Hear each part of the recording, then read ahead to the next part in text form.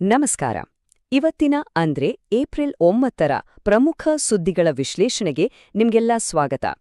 ಇವತ್ತು ನಾವು ದೇಶ, ವಿದೇಶ ಹಾಗೂ ನಮ್ಮ ರಾಜ್ಯದಲ್ಲಿ ನಡೆದ ಕೆಲವೊಂದು ಇಂಟ್ರೆಸ್ಟಿಂಗ್ ಬೆಳವಣಿಗೆಗಳ ಬಗ್ಗೆ ಮಾತಾಡೋಣ. ಇವತ್ತು ನಾವು ಏನೇನ್ ನೋಡ್ತೀವಿ ಅಂದ್ರೆ ಮೊದಲು ರಾಷ್ಟ್ರೀಯ ಸುದ್ದಿಗಳು, ಆಮೇಲೆ ಅಂತಾರಾಷ್ಟ್ರೀಯ ಸುದ್ದಿಗಳು ಹಾಗೂ ಕೊನೆಯಲ್ಲಿ ನಮ್ಮ ರಾಜ್ಯದ ಕೆಲವು ಪ್ರಮುಖ ಸುದ್ದಿಗಳನ್ನ ನೋಡೋಣ. ರೈಟ್, ಹಾಗಿದ್ರೆ ಶುರು ಮಾಡೋಣ. ನಮ್ಮ ಮೊದಲನೇ ವಿಭಾಗ ರಾಷ್ಟ್ರೀಯ ಸುದ್ದಿಗಳು. ದೇಶದಲ್ಲಿ ಸದ್ಯಕ್ಕೆ ಚರ್ಚೆಯಲ್ಲಿರೋ ಕೆಲವು ವಿಷಯಗಳನ್ನ ಒಂದೊಂದಾಗಿ ನೋಡೋಣ. ಮೊದಲನೇ ಸುದ್ದಿ ಬೇಡ್ತಿ ವರದಾ ನದಿ ಜೋಡಣೆ ಯೋಜನೆ ಬಗ್ಗೆ. ಇದು ಬಹಳ ದೊಡ್ಡ ಪ್ರಾಜೆಕ್ಟ್. ಆದ್ರೆ ಈ ಯೋಜನೆ ಈಗ ನೀರಿನ ಹಂಚಿಕೆ ವಿಚಾರವಾಗಿ ರಾಜ್ಯಗಳ ಮಧ್ಯೆ ಒಂದು ದೊಡ್ಡ ವಿವಾದವನ್ನೇ ಸೃಷ್ಟಿ ಮಾಡಿದೆ. ಹಾಗಿದ್ರೆ ಏನಿದು ವಿವಾದ? ನೋಡಿ, ಈ ಜಗಳದಲ್ಲಿ ಇರೋದು 3 ರಾಜ್ಯಗಳು. ಒಂದ್ ಕಡೆ ಕರ್ನಾಟಕ ತನ್ನ ಪಾಲಿನ ನೀರಿಗಾಗಿ ವಾದ ಮಾಡ್ತಿದೆ. ಇನ್ನೊಂದ್ ಕಡೆ ಆಂಧ್ರಪ್ರದೇಶ್ ಮತ್ತೆ ತೆಲಂಗಾಣ, ಎರಡೂ ರಾಜ್ಯಗಳು ಈ ಪ್ರಾಜೆಕ್ಟಿಂದ ತಮಗೆ ಅನ್ಯಾಯ ಆಗುತ್ತೆ, ನಮ್ಮ ನೀರಿನ ಹಕ್ಕಿಗೆ ತೊಂದ್ರೆ ಆಗುತ್ತೆ ಅಂತ ವಿರೋಧ ಮಾಡ್ತಿವೆ.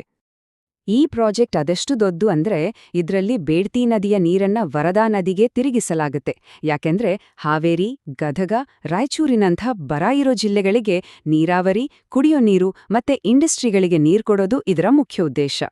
ಸರಿ, ನದಿ ಜೋಡಣೆಯಿಂದ ಈಗ ಬಾಹ್ಯಾಕಾಶಕ್ಕೆ ಹೋಗೋಣ. ನಮ್ಮ ಇಸ್ರೋದ ಬಹು ನಿರೀಕ್ಷಿತ ಗಗನಯಾನ ಮಿಷನ್ ಇದೆಯಲ್ವಾ, ಅಂದ್ರೆ ಮನುಷ್ಯರನ್ನ ಬಾಹ್ಯಾಕಾಶಕ್ಕೆ ಕಳಿಸೋ ಯೋಜನೆ. ಅದರ ತಯಾರಿ ಈಗ ಸಖತ್ ಸ್ಪೀಡ್ ಆಗಿದೆ. ನೋಡಿ, ಗಗನಯಾತ್ರಿಗಳನ್ನ ಕಳಿಸೋದು ಫೈನಲ್ ಸ್ಟೆಪ್. ಆದ್ರೆ ಅದಕ್ಕೂ ಮುಂಚೆ ಇಸ್ರೋ 3 ಮಾನವರಹಿತ ಟೆಸ್ಟ್ ಫ್ಲೈಟ್ಸ್ ಮಾಡುತ್ತೆ. ಯಾಕಂದ್ರೆ ಆಸ್ಟ್ರೋನಾಟ್ ಸೇಫ್ಟಿ ಎಲ್ಲಕ್ಕಿಂತ ಮುಖ್ಯ ಅಲ್ವಾ?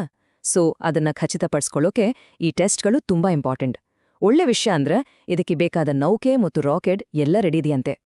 ಇಸ್ರೋ ಹೇಳಿರೋ ಈ ಮಾತು ನಿಜಕ್ಕೂ ಅದ್ಭುತ. ಯೋಚನೆ ಮಾಡಿ, ಕೇವಲ 15-20 ನಿಮಿಷದ ಒಂದು ಆಪರೇಷನ್ಗೆ ಅದರ ಹಿಂದೆ 2-15 ವರ್ಷಗಳ ಪರಿಶ್ರಮ ಇರುತ್ತೆ. ಎಂಥ ಡೆಡಿಕೇಶನ್ ಅಲ್ವಾ? ಮುಂದಿನ ವಿಷಯ ಸುಪ್ರೀಂ ಕೋರ್ಟ್ಗೆ ಸಂಬಂಧಿಸಿದ್ದು. ಧಾರ್ಮಿಕ ಆಚರಣೆಗಳ ವಿಚಾರದಲ್ಲಿ ಕೋರ್ಟಿನ ಪಾತ್ರ ಎಂಥದ್ದು ಅನ್ನೋದ್ರ ಬಗ್ಗೆ ಒಂದು ಬಹಳ ಮುಖ್ಯವಾದ ಅಭಿಪ್ರಾಯವನ್ನ ಕೋರ್ಟ್ ವ್ಯಕ್ತಪಡಿಸಿದೆ. ಇದು ಶಬರಿಮಲೆ ಕೇಸ್ ವಿಚಾರಣೆ ಟೈಮಲ್ಲಿ ಬಂದಿರೋದು. ಕೋರ್ಟ್ ಒಂದು ಪ್ರಶ್ನೆ ಕೇಳಿದೆ. ಏನಂದ್ರೆ, ಒಂದು ಧಾರ್ಮಿಕ ಆಚರಣೆ ಮೂಢನಂಬಿಕೆನಾ ಅಲ್ವಾ ಅಂತ ನಿರ್ಧಾರ ಮಾಡೋ ಅಧಿಕಾರ ಕೋರ್ಟ್ಗೆ ಇದ್ಯಾ? ಇದು ನೋಡಿ, ನ್ಯಾಯಾಲಯದ ಅಧಿಕಾರ ಮತ್ತು ಧಾರ್ಮಿಕ ಸ್ವಾತಂತ್ರ್ಯದ ನಡುವೆ ಇರೋ ಒಂದು ಸೂಕ್ಷ್ಮ ಗೆರೆಯನ್ನ ಗುರುತಿಸೋ ಪ್ರಯತ್ನ. ಸರಿ, ಇನ್ನೊಂದು ರಾಷ್ಟ್ರೀಯ ಸುದ್ದಿಗೆ ಬರೋಣ. ಎನ್ಸಿಇಆರ್ಟಿ ಅಂದ್ರೆ ನಮ್ಮ ಪಠ್ಯಪುಸ್ತಕಗಳನ್ನ ನೋಡ್ಕೊಳ್ಳೋ ಸಂಸ್ಥೆ ತನ್ನ ಟೆಕ್ಸ್ಟ್ ಬುಕ್ ಕಮಿಟಿಯನ್ನೇ ಪೂರ್ತಿಯಾಗಿ ಬದಲಾಯಿಸಿದೆ. ಇದಕ್ಕೆ ಕಾರಣ ಒಂದು ವಿವಾದಾತ್ಮಕ ಪಾಠ. ಏನಾಯ್ತು ಅಂದ್ರೆ, 8ನೇ ಕ್ಲಾಸ್ ಟೆಕ್ಸ್ಟ್ ಬುಕ್ನಲ್ಲಿ ನ್ಯಾಯಾಂಗದಲ್ಲಿ ಭ್ರಷ್ಟಾಚಾರ ಅಂತ ಒಂದು ಚಾಪ್ಟರ್ ಇತ್ತು. ಇದನ್ನ ನೋಡಿ ಸುಪ್ರೀಂ ಕೋರ್ಟ್ ಸಖತ್ ಬೇಸರ ವ್ಯಕ್ತಪಡಿಸಿತು. ಅದ್ರ ರಿಸಲ್ಟ್ ಆಗಿ ಎನ್ಸಿಇಆರ್ಟಿ ತಕ್ಷಣ ಕಮಿಟಿನೇ ಬದಲಾಯಿಸ್ಬಿಟ್ಟಿದೆ. ಇದು ಈಗ ಹೊಸ ಚರ್ಚೆ ಶುರು ಮಾಡಿದೆ. ಅಂದ್ರೆ ಎಜುಕೇಷನ್ ವಿಷಯದಲ್ಲಿ ಕೋರ್ಟ್ ಎಷ್ಟೋ ಮಟ್ಟಿಗೆ ಇನ್ವಾಲ್ವ್ ಆಗ್ಬೋದು ಅಂತ. ಸರಿ, ಇದುವರೆಗೂ ರಾಷ್ಟ್ರೀಯ ಸುದ್ದಿಗಳನ್ನು ನೋಡಿದ್ವಿ. ಈಗ ಜಗತ್ತಿನಲ್ಲಿ ಏನಾಗ್ತಿದೆ ಅಂತ ನೋಡೋಣ ಬನ್ನಿ. ಅಂತಾರಾಷ್ಟ್ರೀಯ ಸುದ್ದಿಗಳ ಕಡೆಗೆ ಹೋಗೋಣ. ವೆಸ್ಟ್ ಏಷ್ಯಾದಿಂದ ಒಂದ್ ಸ್ವಲ್ಪ ಸಮಾಧಾನದ ಸುದ್ದಿ ಬಂದಿದೆ. ಇರಾನ್ ಮತ್ತು ಅಮೆರಿಕ ನಡುವಿನ ಟೆನ್ಷನ್ ಕಡಿಮೆ ಮಾಡೋಕೆ ಒಂದು ಟೆಂಪರರಿ ಸೀಸ್ ಫೈರ್ ಅಂದ್ರೆ ಕದನ ವಿರಾಮವನ್ನ ಅನೌನ್ಸ್ ಮಾಡಿದ್ದಾರೆ. ಈ ಕದನ ವಿರಾಮಕ್ಕೆ ಪಾಕಿಸ್ತಾನ ಮಧ್ಯಸ್ಥಿಕೆ ವಹಿಸಿದೆ. ಆದ್ರೆ ಪ್ರಾಬ್ಲಮ್ ಏನಂದ್ರೆ, ಎರಡೂ ದೇಶಗಳ ಡಿಮ್ಯಾಂಡ್ಸ್ ಪೂರ್ತಿ ಬೇರೆ ಬೇರೆ ಇದೆ. ಇರಾನ್ ಹೇಳ್ತದೆ ನಮ್ಮೇಲಿರೋ ಎಲ್ಲಾ ಎಕನಾಮಿಕ್ ಸ್ಯಾಂಕ್ಷನ್ಸ್ ತೆಗೀರಿ ಅಂತ.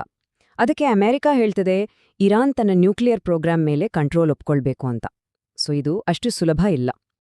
ಈ ಸೀಸ್ ಫೈರ್ ಅನೌನ್ಸ್ ಆಗ್ತಿದ್ದ ಹಾಗೆ ಇದರ ಎಫೆಕ್ಟ್ ಗ್ಲೋಬಲ್ ಆಯಿಲ್ ಮಾರ್ಕೆಟ್ ಮೇಲಾಯ್ತು. ಜಗಳ ಕಡಿಮೆ ಆಗುತ್ತೆ, ಆಯಿಲ್ ಸಪ್ಲೈ ಚೆನ್ನಾಗಿರುತ್ತೆ ಅನ್ನೋ ಭರವಸೆಯಿಂದ ಇಂಟರ್ನ್ಯಾಷನಲ್ ಮಾರ್ಕೆಟ್ನಲ್ಲಿ ಕಚ್ಚಾ ತೈಲದ ಬೆಲೆ ಸಡನ್ ಆಗಿ 15% ಡೌನ್ ಆಯ್ತು. ಹಾಗಿದ್ರೆ ಇದರಿಂದ ಭಾರತಕ್ಕೆ ಏನು ಲಾಭ? ಖಂಡಿತ ಇದೆ.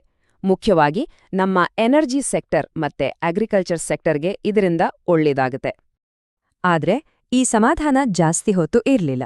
ಕದನ ವಿರಾಮದ ಮೇಲೆ ಒಂದು ಹೊಸ ಅಟ್ಯಾಕ್ ಮೂಲಕ ತಕ್ಷಣವೇ ಪ್ರಶ್ನೆ ಮೂಡಿತು.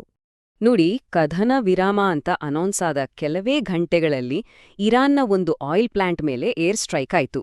ಇದಕ್ಕೆ ಸುಮ್ನಿರದ ಇರಾನ್ ತಕ್ಷಣ ಕುವೈತ್ ಮತ್ತೆ ಯುಎಇ ಮೇಲೆ ಮಿಸೈಲ್ಸ್ ಲಾಂಚ್ ಮಾಡ್ತು. ಇದರಿಂದ ಅಲ್ಲಿನ ಪರಿಸ್ಥಿತಿ ಮತ್ತೆ ಟೆನ್ಸ್ ಆಗಿದೆ. ಸರಿ, ಈಗ ನಮ್ಮ ಕೊನೆಯ ಸೆಕ್ಷನ್ಗೆ ಬರೋಣ. ನಮ್ಮ ರಾಜ್ಯ ಕರ್ನಾಟಕಕ್ಕೆ ಸಂಬಂಧಪಟ್ಟ ಒಂದು ಇಂಪಾರ್ಟೆಂಟ್ ಕೋರ್ಟ್ ಕೇಸ್ ಬಗ್ಗೆ ನೋಡೋಣ. ಸಣ್ಣೇನಹಳ್ಳಿಯಲ್ಲಿ ನಡೆದಿದ್ದ ಕಸ್ಟೋಡಿಯಲ್ ಡೆತ್ ಕೇಸ್ ಇದೆಯಲ್ವಾ, ಅದರ ಬಗ್ಗೆ ಹಾಕಲಾಗಿದ್ದ ಒಂದು ಸಾರ್ವಜನಿಕ ಹಿತಾಸಕ್ತಿ ಅರ್ಜಿಗೆ ಅಂದ್ರೆ ಪಿಐಎಲ್ಗೆ ಹೈಕೋರ್ಟ್ ತನ್ನ ಪ್ರತಿಕ್ರಿಯೆ ನೀಡಿದೆ. ಆ ಅರ್ಜಿಯಲ್ಲಿ ಏನೇನ್ ಕೇಳಿದ್ರು ಅಂದ್ರೆ, ಮೊದಲನೇದಾಗಿ ಕಸ್ಟೋಡಿಯಲ್ ಡೆತ್ಸ್ ಬಗ್ಗೆ ತನಿಖೆ ಮಾಡೋಕೆ ಒಬ್ಬ ರಿಟೈರ್ಡ್ ಜಡ್ಜ್ ನೇತೃತ್ವದಲ್ಲಿ ಕಮಿಟಿ ಮಾಡಿ ಅಂತ. ಎರಡನೇದಾಗಿ ಸಂತ್ರಸ್ತರ ಫ್ಯಾಮಿಲಿಗೆ ಪರಿಹಾರ ಕೊಡಿ ಮತ್ತೆ ಎಲ್ಲಾ ಪೊಲೀಸ್ ಸ್ಟೇಷನ್ಗಳಲ್ಲೂ ಸಿಸಿಟಿವಿ ಸರಿಯಾಗಿ ಕೆಲಸ ಮಾಡೋ ಹಾಗೆ ನೋಡ್ಕೊಳ್ಳಿ ಅನ್ನೋದು ಅವರ ಮುಖ್ಯ ಬೇಡಿಕೆಗಳಾಗಿದ್ವು. ಆದ್ರೆ ಕೋರ್ಟ್ ಈ ಹೊಸ ಕಮಿಟಿ ಮಾಡೋ ಬೇಡಿಕೆಯನ್ನ ಒಪ್ಪಲಿಲ್ಲ. ಯಾಕೆ ಅಂದ್ರೆ ಈಗಾಗಲೇ ಈ ತರದ ವಿಷಯಗಳನ್ನ ನೋಡ್ಕೊಳ್ಳೋಕೆ ಕಾನೂನುಗಳಿವೆ, ಸಂಸ್ಥೆಗಳಿವೆ ಅಂತ ಕೋರ್ಟ್ ಹೇಳಿದೆ.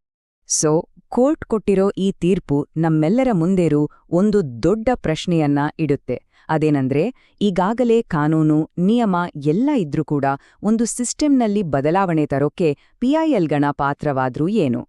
ಈ ಪ್ರಶ್ನೆ ಬಗ್ಗೆ ಯೋಚನೆ ಮಾಡ್ತಾ ಇವತ್ತಿನ ಈ ವಿಶ್ಲೇಷಣೆಯನ್ನ ಮುಗಿಸೋಣ. ಮುಂದಿನ ಸಂಚಿಕೆಯಲ್ಲಿ ಮತ್ತೆ ಸಿಗೋಣ. ನಮಸ್ಕಾರ.